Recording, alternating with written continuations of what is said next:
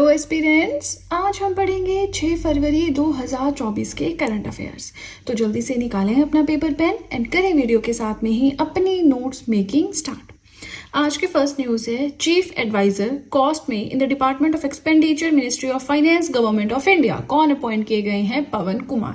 अब देखिए, इसके बारे में जैसे जैसे आप गवर्नमेंट एग्जाम्स की प्रिपरेशन में अपना एक स्टेप आगे लेते रहेंगे, चीज़ें आपको समझ में आती रहेंगी। ऐसा नहीं कि एकदम से हर एक चीज़ को जानने की कोशिश करनी है, स्टेप बाय स्टेप आपको हर एक चीज़ समझ में आ जाएगी। फिलहाल चीफ एडवाइजर एक्सपेंडिचर डिपार्टमेंट में कौन अपॉइंट किए गए हैं? पवन कुमार।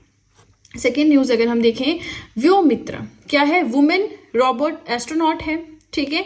ये अनक्रूड मिशन पे जाएगा, 2024 के एंड तक ये लॉन्च कर दिया जाएगा। इसी के साथ एक आता है गगनयान मिशन, जिसे कि 2025 तक लॉन्च किया जाएगा। ये एक ऐसा मिशन है जिसमें ह्यूमंस जो है वो क्राफ्ट पे बैठ के स्पेस तक जाएंगे, ठीक है। अभी तक देखिए, गगनयान मतलब स्पेस पे जाना है, चंद्रयान ये सब हम पढ़ रखा है ना, कि हमारी कंट्री जो है वो मून तक पहुंच चुकी है। हमने उसका सब कुछ पढ़ा था जब न्यूज़ में रहा था, उसका रोवर एंड एवरीथिंग। फिलहाल हम बात कर रहे हैं गगनयान मिशन के बारे में। 2025 यानी अगले साल लॉन्च किया जाएगा इंडिया का पहला ऐसा मिशन जिसमें ह्यूमंस भी जाएंगे, है ना। ऐसी स्पेस फ्लाइट होगी carrying Indian astronauts into space, ठीक है ना। थर्ड न्यूज अगर हम देखें तो सेंट्रल गवर्नमेंट ने एक बिल पेश किया है, ठीक है ना, उसके बारे में हम पढ़ेंगे, to curb exam malpractice in Lok Sabha. अब देखिए, लोकसभा में बिल इंट्रोड्यूस हुआ है। बिल का काम यह है कि एग्जाम्स के टाइम जो भी गलत चीजें होती हैं, कई बार पेपर लीक हो जाता है या फिर अगर एग्जामिनेशन हॉल में स्टूडेंट्स बैठे हैं उन्हें चीटिंग करवाई जाती है, तो इस तरह से मैं आपको बिल्कुल सिंपल भाषा में बता रही हूँ, इस तरह से जो मेल प्रैक्टिस होती हैं पब्लिक एग्जामिनेशन से रिलेटेड, उसे बिल्कुल खत्म करने के लिए एक बिल आया है, which is the public examinations prevention of unfair means bill 2024, ठीक है। एम क्या है इस बिल का? To bring greater transparency, fairness and credibility in public examinations. सरकारी एग्जाम्स के जो टेस्ट होते हैं, ठीक है, उनमें ट्रांसपेरेंसी, फेयरनेस, इन चीजों को ज्यादा इनकॉर्पोरेट किया जा सके, राइट। फोर्थ पॉइंट अगर हम देखें तो यहाँ पे एक योजना के बारे में हम पढ़ेंगे, विच इज दी मुख्यमंत्री वायोश्री योजना। महाराष्ट्र गवर्नमेंट के द्वारा जल्दी लॉन्च की जाएगी। इसका पूरा पोर्टफोलियो बनके तैयार हो गया है। इस स्कीम में क्या होगा, जो 15 लाख सीनियर सिटीजन्स हैं उन्हें कवर किया जाएगा, और वो भी वो सीनियर सिटीजन्स जो किसी भी तरह की फिजिकल डिसेबिलिटी या मेंटल डिसेबिलिटी के शिकार हैं या फिर उसे सफर कर रहे हैं, ठीक है। उन्हें मंथली 3,000 रुपए इस तरह से कुछ दिया जाएगा, बट अभी तक स्कीम प्रॉपर तरीके से लॉन्च नहीं हुई है, जस्ट एक कहेंगे आप पोर्टफोलियो बनके तैयार हुआ है। तो जैसे स्कीम लॉन्च होगी, इसके ऊपर कोई इंपॉर्टेंट चीज आती है तो वो भी हम करंट अफेयर्स में डिस्कस कर लेंगे, राइट। फिफ्थ पॉइंट हमारा आता है, एक अवार्ड है जिसके बारे में हमें पढ़ना है, which is the outstanding business women of the year 2023 award. Doctor Bina Modi को दिया गया है, जो मोदी एंटरप्राइजेज हैं उनकी हेड है। जो ये इंडस्ट्री फील्ड है, इसमें जो कंट्रीब्यूशन उनका रहा है उसके लिए उन्हें ये अवार्ड दिया गया है। एक कॉन्फ्रेंस कंडक्ट की गई by Indo American chamber of commerce, तो उनके द्वारा ये अवार्ड दिया गया है, ठीक है जी। बहुत सिंपल से पॉइंट्स हैं, बहुत इनमें समझने की जरूरत नहीं है। देखिए, मेरे जो करंट अफेयर्स रहते हैं ना, ये मेनली उन एग्जामिनेशंस के लिए हैं जहां पे आपको कंसेप्चुअल नॉलेज नहीं चाहिए। जैसे कि यूपीएससी का मेंस है, तो मेंस में आप इतने छोटे आंसर्स तो नहीं लिख सकते हो, है ना। मेंस के लिए तो आपको प्रॉपर बुकलेट्स पढ़नी होंगी, आपके हिस्ट्री की, ज्योग्राफी की, करंट अफेयर्स की भी आपको प्रॉपर बुकलेट्स इन डिटेल पढ़ना होगा, ठीक है।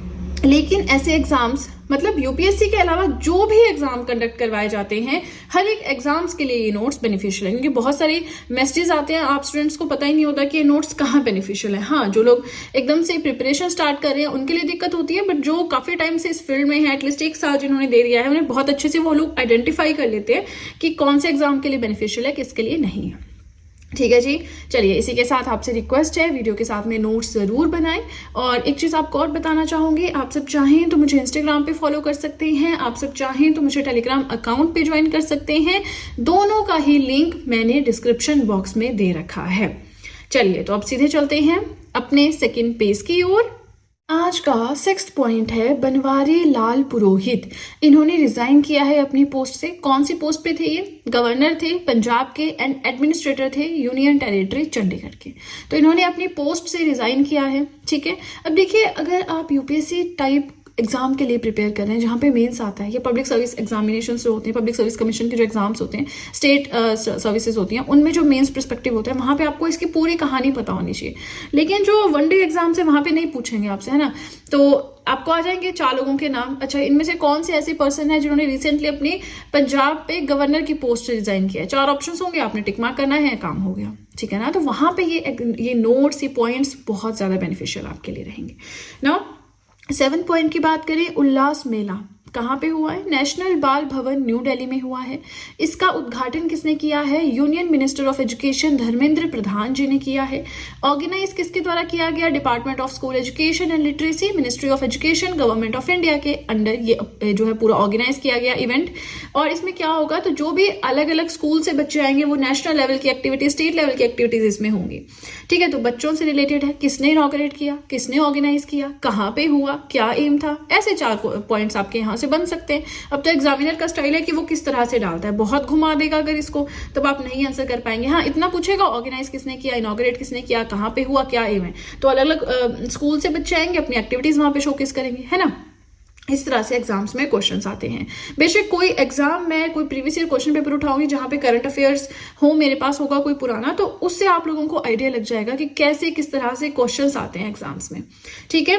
नाउ 8th पॉइंट की अगर हम बात करें, ब्रांड गार्डियनशिप इंडेक्स 2024, ये जो हमारा ये जो इंडेक्स रिसेंटली लॉन्च किया गया है, इसमें क्या है, it recognises CEOs who effectively build business value, जो अपने बिजनेस को बहुत आगे तक लेके जा रहे हैं, ठीक है ना।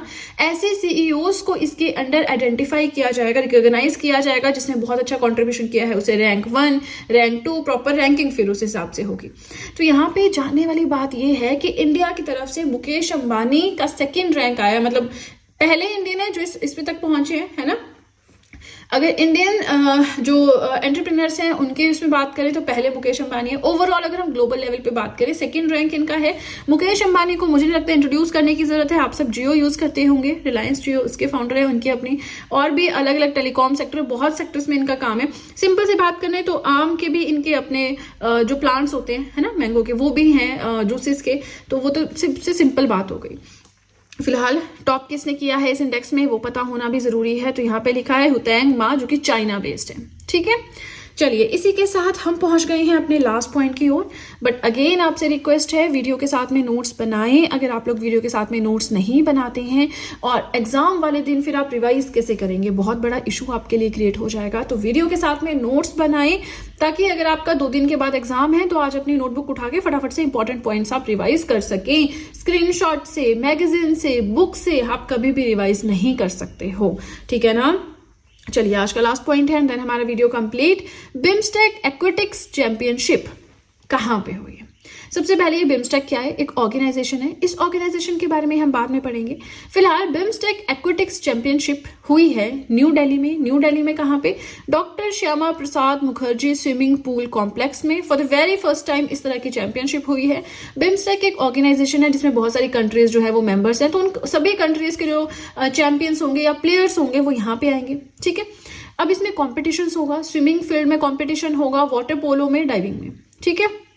अब अगर हम बात करें बिम्स्टेक की, तो देखिए छोटा सा मैंने यहाँ पे इंपॉर्टेंट से चीजें लिख दी हैं, लेकिन अगर आपको इन डिटेल जानना है कि ये बिम्स्टेक है क्या, है ना, तो उसके लिए आपको मेरे YouTube चैनल पे जाना होगा, प्लेलिस्ट सेक्शन पे जाना होगा and then static GK hand written notes की प्लेलिस्ट आप वहां पे देख सकती हैं। टोटल 99 वीडियोस हैं जिसमें इंटरनेशनल लेवल की ऑर्गेनाइजेशंस होगी, हमारे कॉन्टिनेंट बेस्ड एशियन लेवल की ऑर्गेनाइजेशंस हो गई, स्पोर्ट्स हो गए, अवार्ड्स हो गए, हर एक चीज मैंने पढ़ाई है, ठीक है। तो बहुत अच्छे से आपको वहां पे इंफॉर्मेशन मिल जाएगी। टोटल 99 वीडियोस हैं, उन्हें जरूर देखिए, उन्हें देख के नोट्स जरूर बनाएं, बहुत बेनिफिशियल आपके लिए रहेंगे।